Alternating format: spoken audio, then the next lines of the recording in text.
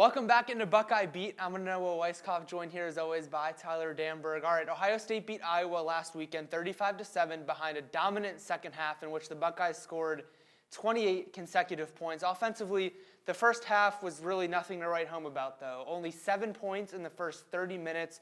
Will Howard completed 13 of his 17 pass attempts for 89 yards, threw an interception while driving down the field right before the half. But lucky for the Buckeyes, their defense was able to move and more or less shut down Iowa's offense, blanking them in the first half. They came out of the break on fire, though. The Buckeyes scored 28 unanswered, like I just mentioned. Out of the half, Jeremiah Smith had a 53-yard grab down there, right down to the 4-yard line, and then he followed that up with, man, just an unreal one-handed catch in the end zone. But the star really was Emeka Egbuka, finished the game with 3 touchdowns, a career best for him, which ultimately earned him co-Big Ten Offensive Player of the Week honors. But Tyler, all day the defense was just suffocating this Iowa offense, which in the first place isn't really anything special, but still really impressive stuff, especially with the turnovers, finally getting them to come through. Yeah, they forced a turnover on the first 3 possessions in Iowa's second half, and the run game is the identity for the Hawkeyes. But they were limited to 4.3 yards per carry by the stifling Ohio State defense. As a whole,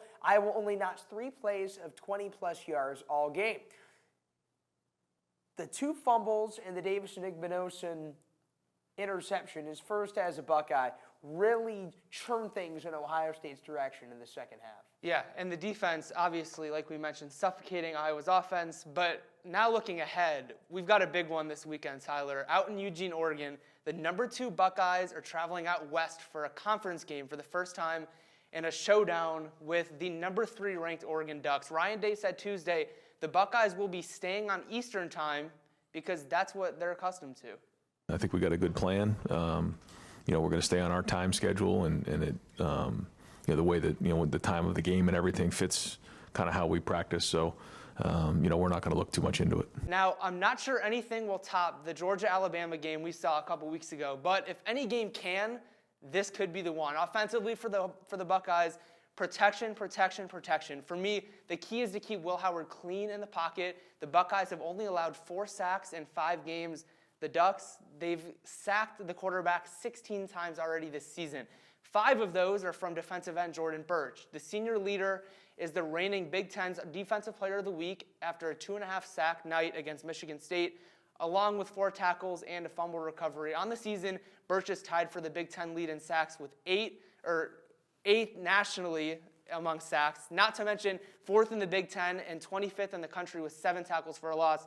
For me, Tyler, he's the guy to keep my eye on. The Oregon offense has been getting better since there were a few question marks early on in the season, especially on that offensive line. Yeah, you mentioned the O-line. They've only allowed 7 sacks despite having to move Iapani Lalaolu to center and Marcus Harper II to right guard.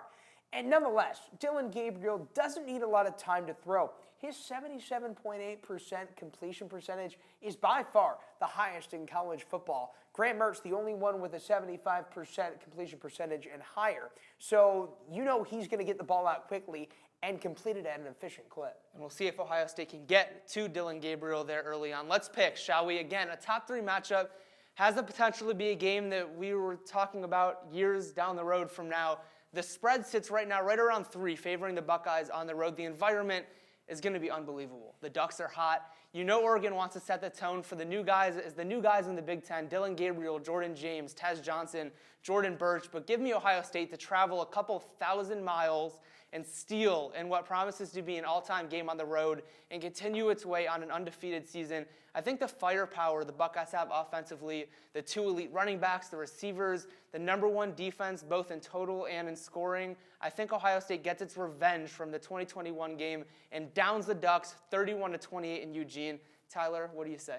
This has instant classic written all over it. Now, Autzen Stadium, you mentioned atmosphere. Oregon is 28-4 all-time in top 5 matchups inside Autzen Stadium. They haven't lost a top 5 game at home in the regular season since eventual national runner-up USC beat them in 2005.